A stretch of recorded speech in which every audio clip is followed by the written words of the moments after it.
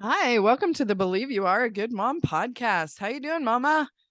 Are you believing that you are a good mom? Because whether I know you or not, I know that you are a good mom. Do you know how I know that? Let me make sure this is recording. It's got my right mic. Okay. I know that because you are a mom. If you identify as a mom, P.S., you may not have even given birth. You may not have even adopted a child. You may just identify as Eve did, the mother of all living before she even had any kids, as a mom. Okay. Awesome. That's so awesome. So I just distracted myself. What are we talking about? Okay. If you are a mom, you had a desire to be a mom. Therefore, you are a mom. Therefore, you are a good mom, in my opinion. And I want everyone to agree with me on this one. Okay. I have a lot of opinions. I don't care if people agree with me or not, but this one really, really. I want all the moms to believe they are a good mom because then you will be for the children, as I like to say. And I giggle every time because it's kind of silly.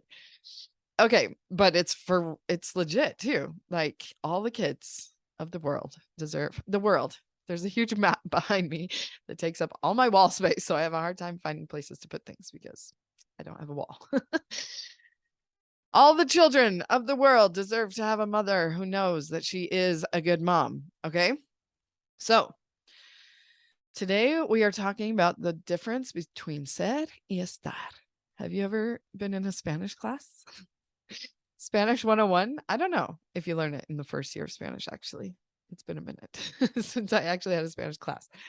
But something that they do in Spanish that we don't do in English is differentiate the difference between are.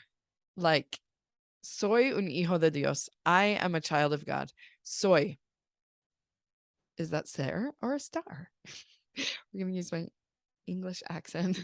Speaking Spanish here. Ser versus a star, right? That's how you say it in Spanish one. Okay. The nurse is always texting me while I'm recording podcasts. Sorry. Hold on, let me look real quick. Oh, I can hit pause. Okay, my hubs is on it. Looks like he's handling it. Okay. P.S. Speaking of type 1 diabetes, if you know anyone with children that have been diagnosed with type 1 diabetes, I would love to coach their family. This is a family affair. See, my husband's taking care of it. So good. Okay. Oh, so awesome. Okay, so I coach moms of kids with young, no, I coach moms that have young kids. And two of my kids have type 1 diabetes, right? And so I know specifically the brain drama that accompanies that and all the work and all the stress and all the overwhelm and all the power struggles, right? Which is generally what I coach on. But specifically, diabetes power struggles. So I have this, I know we totally took a tangent, but just hang with me. I have this coach friend who is my accountability buddy, and she likes to put little bugs in my ear, ideas. And I find her to be very inspired. And so I listen to what she says. And and she just mentioned yesterday that I should be coaching families. And I'm like, what a good idea. So of course we want to niche down small. But if you're a dad, if you're a sister, if you're somebody, if you're a friend of someone with type 1 diabetes, I was just not coaching, but just chatting with somebody on a Facebook group about that the other day. A type 1 diabetes Facebook group, you know. And she doesn't have diabetes and neither do her kids, but she was like, my friend's kid just got diagnosed and I want to know how to, oh, I'm gonna lose it. I want to know how to help support her. Bless that friend, right? Because we need friends to support us. You also need a coach to support you because the friends don't know what to say and they don't know how to actually help. And friends are amazing and bless you, friends, for being friends. But friends, what they do, they're really good at empathy if they're a good friend. And that's great. You need lots of empathy. You also need a coach because what a coach can do is that they don't get in the muck with you. So if you feel like you're drowning, whether you're drowning in diabetes or whatever you're drowning in, right? Drowning in having toddlers and power struggles and all the things. If you're a mom, you feel like you're drowning sometimes, right? So, friends I'll hop in the pool and splash around with you and try to get you out of the pool, but they are probably drowning in motherhood also. And so it's really fun to splash around with friends in the pool. But if you're literally drowning, you need someone to pull you out of the pool. And that's what a coach does. And so even though I promise you, I'm in the pool with you as a person, as a coach, like I can do a magical thing and put a coach hat on and see things more objectively and tell you about your brain instead of digging in the mess in my own brain and help you get out of that metaphoric pool. So anyway, side note. What were we talking about? Sarah versus a star. Spasmodic. How I identify. So that's what you're gonna get. As long as I still have that thought. Okay.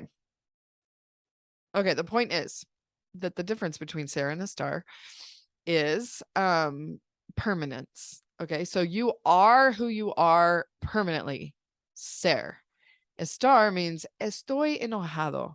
I am angry. I soy un hijo de Dios. Like I am a hija, actually. I am a daughter of God and I am feeling angry. So Spanish has got it figured out. There's a differentiation between I ams. Okay. But in English, all we have is I am. So we shorten it to I'm angry. And I like to remember to say, I'm feeling angry because I am not angry. It's not who I am at my core. I am a good mom and I am feeling angry. Okay. But we can identify anywhere in the whole model. Usually have a model right here. Right now I have a kid attacked whiteboard. That's some good models right there. Anyway, my flip chart that has model on the front, where did it go? Anyway, all over the model is identity. Okay. So if you're identifying with your feeling, it may or may not be useful. I'm angry. You're not angry. There's no such thing as an angry except for in, what's that movie called? Inside Out, the little red guy. That's what I always picture when people say I'm angry. That guy might be angry. He's like anger personified in her brain, right? But you are feeling a feeling. Okay. So that little angry guy is like in your body somewhere and you're feeling it, comes from a thought in your brain. Maybe you're identifying as a thought. But even thoughts are not who you actually are. Okay. So ser, soy. I am a daughter of God. I am a mom. This is maybe a podcast that's coming out soon because I've been noodling on the difference between a role and an identity. But most of us who are moms take on that role of mother as an identity because it's who we are forever. Like we always have been, we always will be. Like I said, Eve was the mother of all living before she had any living children. It's who she is. She's always been that. Her whole, who knows how long eternity goes, right? It has no end. So it's who we are. Okay. It always has been, always will be. Who do you want to be? Do you want to be a good mom? Do you want to believe that that's who you are at your core? Ser, S-E-R. Or is it just an estar? Like estoy enojado. That's just a feeling. That's fine. You temporarily are feeling angry, but that's not who you actually are. Okay. So it's not how we feel. It's not the action line. It's not what we do. Okay. That's where we usually get tripped up. Because when I ask you on a scale of 1 to 10, are you a good mom? You say 7. I say why? You say because I yelled at my kid this morning. So that docked you 3 points apparently in your brain. Because we think we're being graded. There's no mommy report card. That podcast came out last week. Go check it out.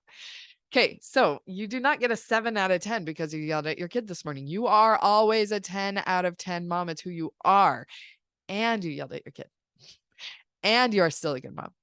And you will always be a human. So you will never be perfect. 10 out of 10 mom does not mean that you're perfect. It means that's who you are. Okay. And you do stuff that quote unquote good moms don't do. And you don't do stuff that quote unquote good moms do. Right? Like a long list of things that my brain thinks a good mom does just flash through my head. So that's why you lost me for a minute. Because there's still a big long list of things in my brain that I think that a good mom does that I don't do, and therefore I make it mean I'm a terrible mom. Drop that war. I still have to remind myself.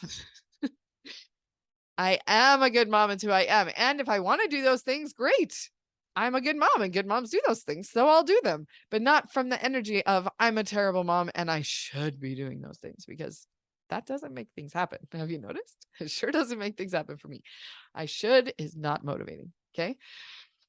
I am. It's who I am. And then I'm going to live into who I am. That is motivating. That's what has made all the difference for me. So, are you a good mom with ser or estar? Is it permanent? Is it who you are? Or is it like, yeah, I can call myself a good mom if certain conditions were met today? No. This is my agenda.